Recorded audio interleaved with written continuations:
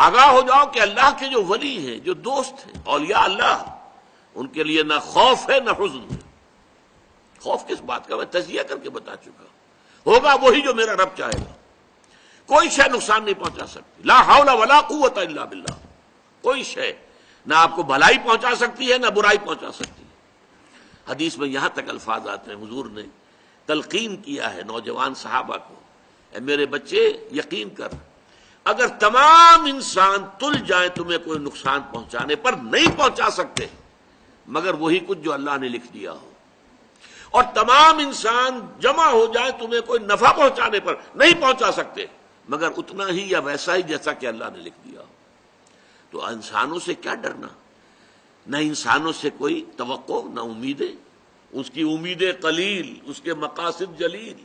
انسانوں سے امید نہ رکھو، اللہ سے امید رکھو، ساری توقع اس سے رکھو، سارا بھروسہ اس پر رکھو، کسی اور پر توکل نہ ہو۔ یہ ہے در حقیقت مرتبہ ولایت، مقام ولایت۔ اور اس میں جیسا کہ یہاں آیا، اب ان کے اوپر فرشتوں کا نزول ہوتا ہے۔ یہ فرشتے ہمیں محسوس نہیں ہوتے، لیکن یہ کیفیت جو بیان کی جا رہی ہے، اس کا احساس صاحب ایمان کو ہوتا ہے۔ وہ چاہے نظر نہ آئے فرشتے، اور فرشتوں کا قول چاہے ہم اپنے ان کانوں سے نہیں سنیں گے، فرشتوں کی بات سننے کے لیے دل کے کان ہیں۔ فرشتہ جو ہے وہ در حقیقت غیر مرئی ہے، وہ غیر مادی ہستی ہے، مادی نہیں ہے، وہ تو صرف نور پر مبنی ہے، نور سے بنا ہے اور نور ہے۔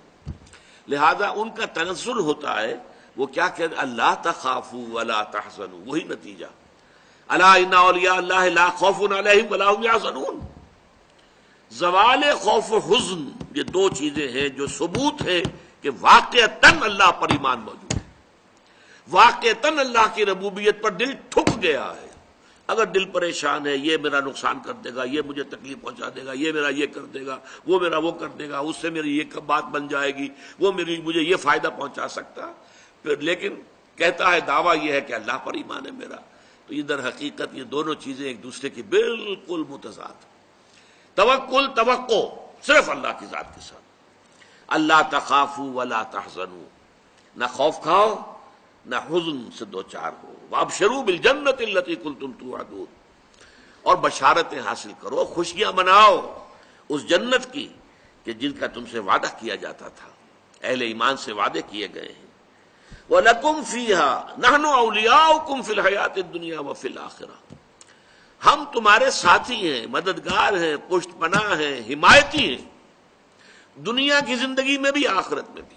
یہ نوٹ کر لیجئے، یہ دنیا کی زندگی میں ایک چوسر کی جنگ ہے، جیسے چوسر کی سڑک ہوتی تھی، حق و باطل کی جنگ جاری ہے۔ حق و باطل کی ایک جنگ ہمارے اندر ہے، ایک طرف ہمارا نفس امارہ ہے جو برائی کی طرف ہمیں دھکیلتا ہے، ایک طرف ہمارے اندر روح ربانی ہے، وَنَفَخْتُ فِيهِ مِن رُوحِي، وہ ہمیں خیر کی طرف، بھلائی کی طرف، بلندی کی طرف کھینچتی ہے۔ ایک کشاکش جو ہے ہمارے اندر ہے، کچھ کشاکش باہر چل رہی ہے۔ ہمارے اس نفس کو تقویت دینے کے لیے، اسے مشتعل کرنے کے لیے یہ شیاطین جن موجود ہیں۔ الذی یوسوس فی صدور الناس من الجنۃ والناس، حضور نے فرمایا کہ جب قلب غافل ہوتا ہے اللہ کی یاد سے تو شیطان اپنی تھوتنی لگا دیتا ہے دل کے ساتھ اور پھونکے مارتا ہے اس کے اندر، مشتعل کرتا ہے۔ جو حیوانی جذبات ہیں، جو انسان کے سفلی جذبات ہیں، اڈ اور لبیڈو کے جو تقاضے ہیں، انہیں مشتعل کرتا ہے، ایکسائٹ کرتا ہے، تاکہ وہ مشتعل ہو کر اور وہ انسان کے جو ہے اس وقت ہوش اور حواس کے اوپر غالب آ جائے۔ اس کے مقابلے میں فرشتے ہیں غیر مرئی، فرشتے جو ہیں وہ ہمیں روحانی طور پر تقویت پہنچاتے ہیں۔ ہمارے اندر کا جو خیر ہے، جیسے کہ ہمارے اندر کا شر، نفسانیت، اس کو تقویت پہنچانے والے شیاطین جن باہر موجود ہیں جو نظر نہیں آتے۔ اسی طریقے سے ہمارے اندر کا خیر، روحانیت، اس روحانیت کو تقویت پہنچانے والے ملائکہ ہیں جو خارج میں موجود، وہ بھی نظر نہیں آتے، یہ بھی غیر مرئی، وہ بھی غیر مرئی۔ مرئی لوگوں کے اندر بھی جو انسان ہیں، خیر کی طرف بلانے والے بھی ہیں، شر کی طرف بلانے والے بھی ہیں۔ آپ کا دوست یہ بھی کہے گا چھوڑو میاں کیا کس چکر میں پڑ گئے حلال حرام کے، دیکھو فائدہ ہوتا ہے اس کام کے اندر، جس کام میں فائدہ ہو وہ کرو، اللہ اللہ کر سکتا۔ یہ کیا حلال اور حرام اور صحیح اور غلط اور جائز اور ناجائز، وہ آپ کو شر کی ترغیب دے رہا ہے کہ نہیں دے رہا؟ اسی طرح کوئی آپ کا بھائی ایسا بھی ہو، اللہ کے بندے خیال کر، غلط کام مت کر، اس سے تھوڑا سا یہ کہ تجھے دنیا میں دولت مل جائے گی، اخروی زندگی برباد ہو جائے گی تیری، ایسے انسان بھی تو ہے نا آخر۔ تو لوگ جو ہے خارج میں انسانوں میں بھی داعیان شر بھی ہے، داعیان خیر بھی ہے، وہ تو ویزیبل ہے، مرئی ہے۔ غیر مرئی عالم میں جنات شیاطین جن ہیں جو ہمارے نفسانی خواہشات اور تقاضوں کو بڑکاتے ہیں، اور ادھر ملائکہ ہیں جو ہمیں تھپکی دیتے ہیں، تم نے اچھا کام کیا ہے۔ اچھا کام کر کے جب مسرت ہوتی ہے، حضور نے فرمایا اذا سرت کا حسنتوں کا وساعت کا سیئتوں کا فانت مومن۔ دیکھو اگر تمہیں کوئی اچھا کام کر کے خوشی محسوس ہو اندر، اور برا کام کر کے کوئی دل کے اندر کوفت محسوس ہو، یہ میں کیا کر بیٹھا، یہ مجھے نہیں کرنا چاہیے تھا، فانت مومن، تو یہ ایمان کی علامت ہے۔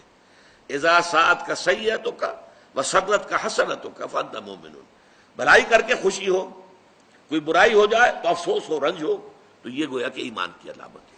تو فرشتے تھپکی بھی دیتے ہیں، حوصلہ بڑھاتے ہیں۔ قرآن مجید میں آیا ہے جنگ بدر میں، جنگ احد میں فرشتے آئے، انہوں نے مدد کی، اہل ایمان کے دلوں کو اور اہل ایمان کے قدموں کو جمایا۔ انثبت الذین آمنوا، جاؤ قدم جما دو اہل ایمان کے، تو اہل ایمان کے لیے فرشتے آئے۔ تو یہ فرشتوں کا نزول ہوتا ہے ان اولیاء اللہ، اللہ کے ساتھیوں کے بارے میں۔ اب یہ اولیاء اللہ سے آپ یہ نہ سمجھ لیجئے کہ وہ کوئی علیحدہ قسم کی نوع ہے یا کوئی علیحدہ جنس، انسانوں ہی میں ہوتے ہیں نا۔ تمام صحابہ اولیاء اللہ تھے، سب کے سب اولیاء اللہ کا جو اعلیٰ ترین معیار ہے، کوئی ولی اللہ غیر صحابی ادنا سے ادنا صحابی کے پائے کو بھی نہیں پہنچ سکتا۔ یہ اچھی طرح نوٹ کر دیجیے، یہ ہمارا اہل سنت والجماعت کا پختہ عقیدہ ہے۔ کمتر سے کمتر صحابی جو ہے بڑے سے بڑے ولی سے بھی وہ افضل ہے، بڑے سے بڑے ولی سے افضل۔ تو اولیاء اللہ سے مراد یہی نہ لے لیجئے جو ہماری اپنی جو ووکیبلری ہے، ہماری بول چال میں صوفیاء کرام کے لیے الفاظ یہ آتے ہیں، وہ بھی ہے الحمدللہ، ان کے اندر بھی اولیاء اللہ بہت بڑی تعداد میں ہے، لیکن جو ہمارے صحابہ کرام تھے وہ تو سب کے سب اللہ کے ولی تھے۔ ان کے لیے آتا ہے نحن اولیاؤکم فی الحیات الدنیا وفی الآخرہ، ہم تمہارے ولی ہیں، مددگار ہیں، پشت پناہ ہیں، جمے رہو، قدم تمہارے ڈگمگانے نہیں چاہیے۔ اور آخرت میں بھی، جنت میں تو ظاہر بات ہے کہ دوستی انہی سے ہوگی، وہی آئیں گے۔ یدخلون علیہم من کل باب، قرآن میں آتا ہے جنت کے ہر دروازے سے وہ داخل ہوں گے سلام کرتے ہوئے، سلام سلاما، سلام اور سلامتی کے پیغام لے کے آئیں گے۔